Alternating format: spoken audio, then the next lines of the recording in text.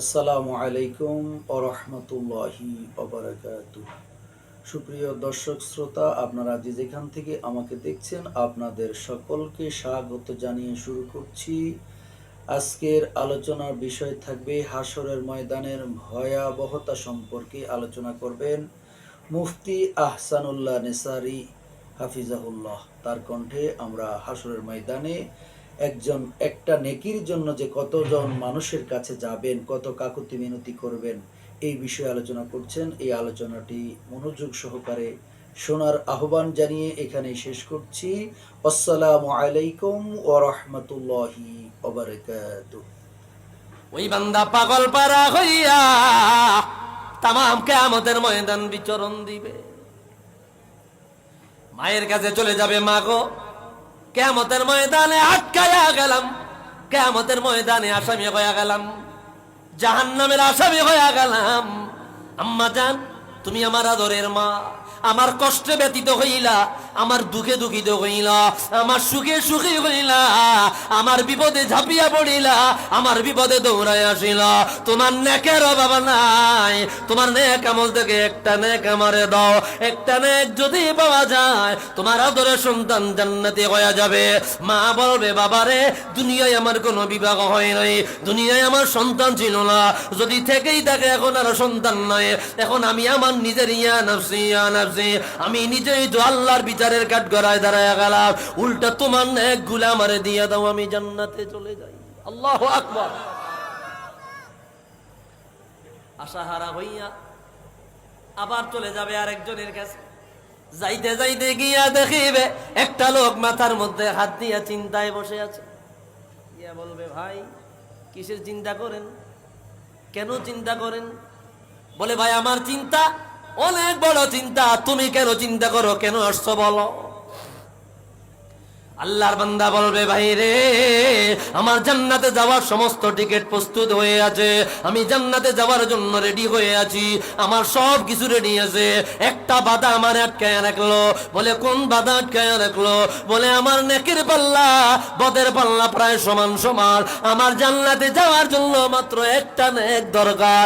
একটা নেক পাওয়ার জন্য তামাম কিয়ামতের ময়দান বিচরণ দিয়েছি, একটা নেক আমি কারোর কাছে পাইলাম না।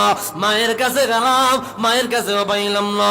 বাবার কাছে গেলাম, বাবার কাছেও পাইলাম না। আত্মীয় স্বজনের কাছে গেলাম, সেখানেও একটা নেক পাইলাম না। বন্ধু বান্ধবের কাছেও গেলাম, সেখানেও একটা নেক পাইলাম না। একটা নেক যদি পেয়ে যাই, আমি জান্নাতি হয়ে যাব। ওই আল্লাহর বান্দা হেসে দিয়ে বলল, এরে বান্দা রে, আমার কোন নেক আমল নয়, আমার আমল নামায় গুনাহ ভরা, তবে আমার আমল নামায় নেক আছে মাত্র একটা। একটা নেক দিয়া আমি আল্লাহর জান্নাতে যাইতে পারবো না, আমার জন্য জাহান্নাম অবতারিত হয়ে গেছে। আমার ওই একটা নেক তুমি নিয়ে যাও, ওই একটা নেকের বিনিময়ে যদি তোমার জান্নাত হয়, এটা আমার জন্য বড় উত্তম হবে। একটা নেক তাকে দিয়ে দাও। এখন তাদের উপরে আল্লাহর আলাদা দয়া আছে। ওই একটা নেক নিয়ে বান্দা আল্লাহর কাছে যাবে। আল্লাহ, তুমি বলেছো নেক যদি আনতে পারি তুমি আমারে জান্নাত দিবা। বলে, আনছো নি? কই আনছি। কই কই কে দিছে? আল্লাহ জাহান্নামের কিনারা যায় দেয় এক লোক কাঁদতেছে। আমি জিগাইলাম, কেন কান্দেন? ভাই, আমার জাহান্নাম অবতারিত হয়ে রইছে, আর নেকই আছে একটা। কয়টা?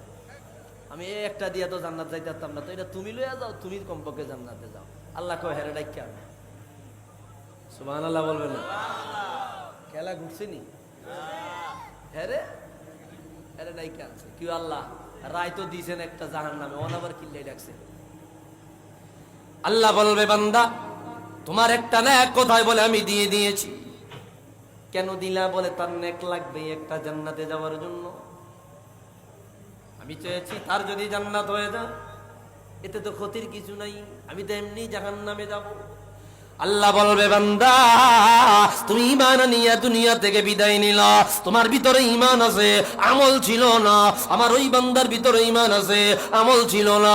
তোমরা একে অপরের বন্ধু হয়ে গেলা, একে অপরের বন্ধু হয়ে গেলা। ইল্লাল মুত্তাকিন বলেছি একটু আগে, আল আখিল্লাউ ইয়াওমা ইযিন বা'দুহুম আদুবুন বাদুহুম লিবাদিন আদুবুন ইল্লাল মুত্তাকিন, সবাই একে অপরের শত্রু হয়ে যাবে। মুমিন মুসলমানেরা পরহেজগার মুত্তাকিরা একে অপরের বন্ধু হয়ে যাবে। তুমি তাকে ভালোবাসিলা, তার বন্ধু হয়ে গেল, তোমার একটা মেয়ের তাকে দিয়া দিলা। আমি আল্লাহর জাতের কসম, ওই একটা নেকের বিনিময়ে আমি আল্লাহ তোমাদের দুজনকে জান্নাতের মেহমান বানায়া দিলাম। একটু আওয়াজ দিয়া কন্যা আল্লাহু আকবার।